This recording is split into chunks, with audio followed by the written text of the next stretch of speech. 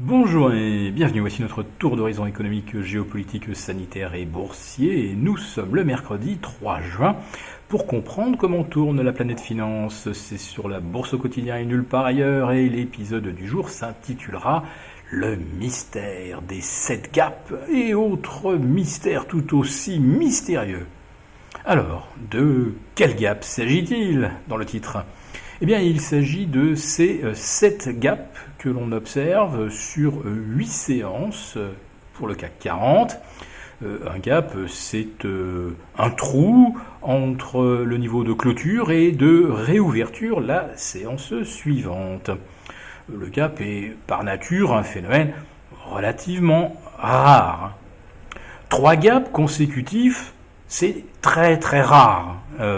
Généralement, ça survient à la fin d'une phase haussière un petit peu euphorique, et ça signe souvent justement la fin d'un mouvement avant un épisode correctif. Mais là, cette gap haussier en 8 séances, eh bien, même si l'on remonte jusqu'à la Seconde Guerre mondiale, pour les historiques disponibles sur les valeurs françaises, on n'a jamais observé 3, 4 ou encore moins 7 gaps consécutifs.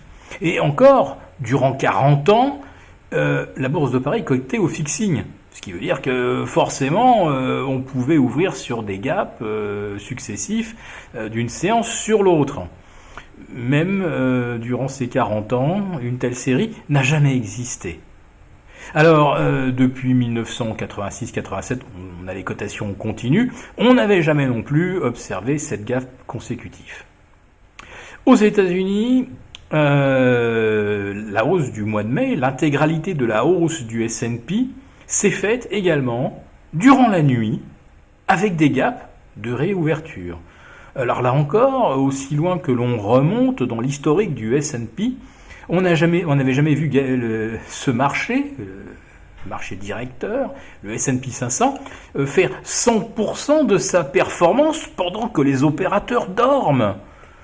Mais alors, qui est cette entité bienveillante qui nous fait gagner de l'argent durant la nuit et qui nous garantit à Paris 7 réveils enchantés ? On pourrait se demander aussi quelle entité merveilleuse et magique permet par exemple au Nasdaq 100 de retracer son record absolu du 19 février, à l'instant où j'enregistre. Le futur du S&P 100 est à 9700 points. Allez, pour les puristes, le plus haut c'est 9718, ok ? Bon, à 0,2% près, et compte tenu des versements de dividendes, car il y en a quand même eu, si vous réintégrez les dividendes, on est même au-delà du zénith du 19 février dernier.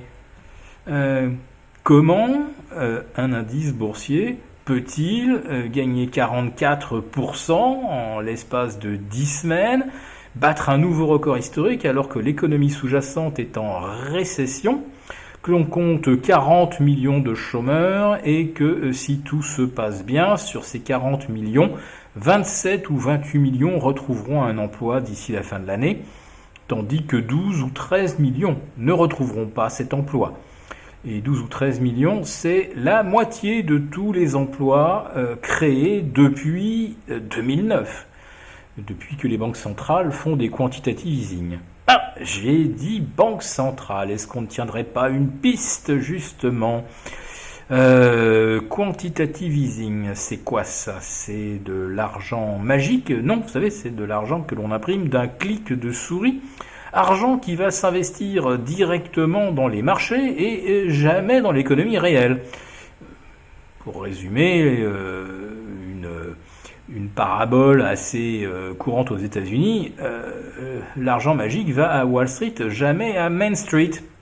Mais ça n'a jamais été aussi vrai que depuis le 16 mars dernier, semblerait-il. Oui, un Nasdaq 100 qui retrouve ses records et dont le PER moyen serait aujourd'hui proche de 40. Et les 10 premiers performeurs du Nasdaq 100 afficheraient des PER supérieurs à 50. Alors là aussi, à part en mars 2000, c'est aussi une grande première historique. On pourrait qualifier ça de grand mystère, si je n'avais pas justement éventé la raison de tous ces prodiges, c'est-à-dire l'argent magique des banques centrales. Alors le problème, c'est qu'à un moment, la magie risque de se retourner contre le marché lui-même. Il est tellement merveilleux et tellement magique que les 40 millions de chômeurs américains vont se demander comment se fait-il que des indices boursiers puissent atteindre ou battre des records absolus, tandis que la récession bat des records ainsi que le taux de chômage.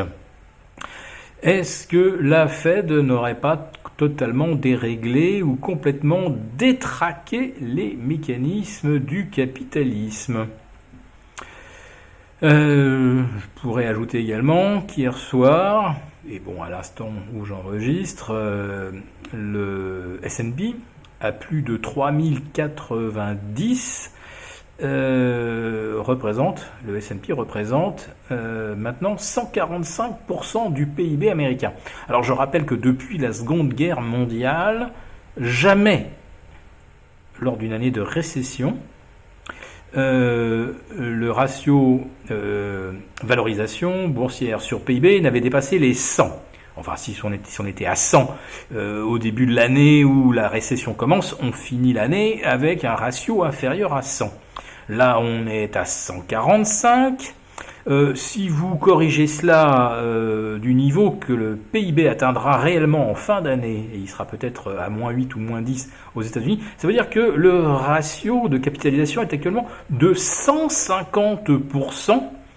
Et ce ratio repose donc sur moins de 10% de valeur, affichant plus de 50 fois les bénéfices. Alors là, il n'y a plus de mystère, il n'y a plus de prodige, c'est l'argent magique de la Fed. Et si l'argent magique de la Fed aboutit à ce résultat, il n'y a qu'une seule conclusion qui s'impose, c'est que la Fed est folle. Et la destruction du contrat social qui résulte du tableau que je décris risque d'alimenter plus que des protestations sociales aux États-Unis au cours des prochaines semaines et des prochains mois. Ce sont, je le répète, les structures du capitalisme qui sont jetées à terre.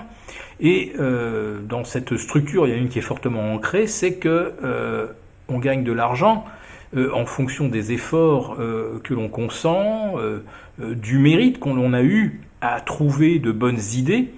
Or là, pour gagner 44% en 2 mois, on n'a pas besoin de bonnes idées, on a juste besoin d'appartenir aux privilégiés dans les poches desquels l'argent magique de la Fed atterrit. Voilà. Donc je le répète, je pense que la Banque centrale américaine est folle de jeter à bas tous les fondements du système économique philosophique du capitalisme. Nous vous retrouvons demain pour un nouveau live avec nos abonnés. Très bonne fin de journée.